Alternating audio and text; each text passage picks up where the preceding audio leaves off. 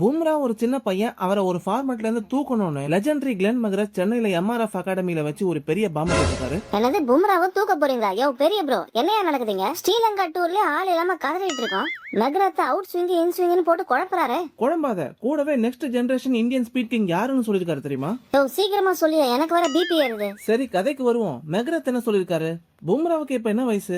வெறும் 31 இல்ல 32 தான் இருக்கும். அவர் இன்னும் ஸ்பிரிங் சிக்கன் தான், யங் பாய்னு சொல்லிருக்காரு. யோ பிக் ப்ரோ, 31 வயசுல தான் என் நம்பாளுக்கு நீ பெயின் பேக் பெயின் எல்லாமே வருது. அப்புறம் எதை வச்சு ஐயா மக்ராத் இப்படி சொல்றாரு? காரணம் இருக்கு குட்டி ப்ரோ. அவருக்கு இவ்வளவு இன்ஜுரி ஆகிறதுக்கு பும்ராவோட யூனிக்கான போலிங் ஆக்ஷன் தான் முக்கியமான காரணமே. குறிப்பா அவரோட எக்ஸ்டெண்டட் ஆர்ம் ஸ்டேஞ்ச் ரிலீஸ் பாயிண்ட்னால ஜாயின்ஸ்ல ஹெவி பிரஷர் விழுது. இதனால தான் பார்டர் கவாஸ்கர் ட்ரோஃபில பேக் இன்ஜுரி, இப்ப இங்கிலாந்து டூர்லயே நீ இன்ஜுரி. சரிப்பா, அதுக்கு தான் பிசிசிஐ ஒர்க் லோட் மேனேஜ்மெண்ட் சொல்லி அடிக்கடி ரெஸ்ட் கொடுத்துறாங்களே, அப்புறம் என்ன பிரச்சனை? மக்ரத்தை பொறுத்த வரைக்கும் ஒர்க் லோட் மேனேஜ்மெண்ட் மட்டும் போதாதான், பும்ராவே உட்கார்ந்து ஒரு முக்கியமான விஷயத்த முடிவு பண்ணணும்னு சொல்லிருக்காரு. அதாவது டெஸ்ட் கிரிக்கெட்டை மட்டும் விளையாட போறோமா இல்ல T20 மட்டும் விளையாட போறோமான்னு ஏதாவது ஒரு ஃபார்மேட்டை மட்டும் சூஸ் பண்ணி அவரோட பிசிக்கல் ஸ்ட்ரெஸ் குறைக்கணும். அப்பதான் அவரோட கரியர் லாங்கா போகும்னு மக்ரத் சொல்லிருக்காரு. யோ பும்ரா டெஸ்டே விளையாடனா அவ்வளவுதான், இந்தியாவோட சோழிய முடிஞ்சிடும். நெக்ஸ்ட் யார் நல்லா போலிங் போடுறது? முகமது ஷமியும் எடுக்க மாட்டேங்கிறீங்க. அதுக்கு தான் குட்டி ப்ரோ மக்ரத் நெக்ஸ்ட் ஜெனரேஷன் ஸ்பீட்ஸ்டரோட நேம் ரிவீல் பண்ணிருக்காரு தெரியுமா? தெரியுமே, தலைவன் அர்ஷித் ராணா தானே. பிரஷத் கிருஷ்ணா குட்டி ப்ரோ. மக்ரத் பிரஷத் கிருஷ்ணாவோட ஹியூஜ் ஃபேனா. எம்ஆர்எஃப் அகாடமில இருந்து